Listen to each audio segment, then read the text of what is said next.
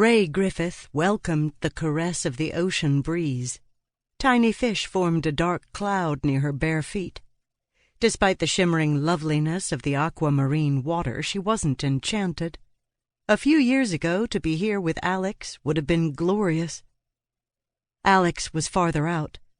A gentle wave crested near his chest. He turned and was caught in a moment of perfection. Chestnut hair golden in the sun, finely chiseled features, deep-set dark brown eyes, muscular and tanned. Extraordinary good looks, boyish charm, and riveting prose had made his novel a smash success. Descriptive phrases drifted through her mind. Smoldering emotion, a hint of danger, sex and lies, a literary Ryan Gosling. Her lips twisted in wry amusement. She easily churned out apt slogans. Alex had been her first big client, put her on the map of the best Atlanta publicists. She'd crafted plenty of releases for Alex. The one she liked best, the one that now defined him, came in the first flush of their relationship. The South rises again in the preeminence of Alex Griffith, golden boy of a new golden age in Southern literature. Alex's reckless F. Scott Fitzgerald aura dazzled readers and critics, dimmed those around him to shadowy figures. But the brightest comets burn out, and even huge bestsellers finally begin a slow slide down the sales charts. The clamor grew. When will there be a new Alex Griffith novel? Alex gave her his old impudent, gonna-knock-'em-dead grin. Come on, Ray. Look happy. We'll go to the island. The prodigal returns. All hell breaks loose. The morning shows will go nuts. Like you've always said, sex and lies sell. He was sure of himself and his judgment. For an instant something flickered in his eyes. Not uncertainty, never uncertainty with Alex. More a suggestion of steel-sharp determination. She looked at him dispassionately, faced up to a hard reality. Alex was done, finished as a writer.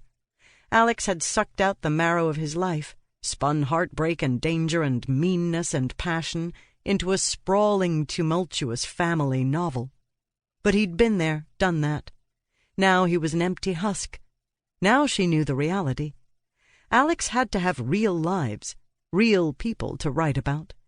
It was only since they'd begun talking about going to the island that she'd realized his novel was reality in the guise of fiction. Not like Neil. At this moment Neil was at his computer, writing, likely unshaven, wearing a t-shirt and shorts, barefoot, maybe hungry, but with too many words to take time for food. She'd persuaded Alex to let Neil live in the sparsely furnished garage apartment behind their house. Behind their mansion. The quarters had once housed a chauffeur in the estate's earlier days. Neil... Alex was talking, and much of it she'd heard before. Got the makings of a blockbuster.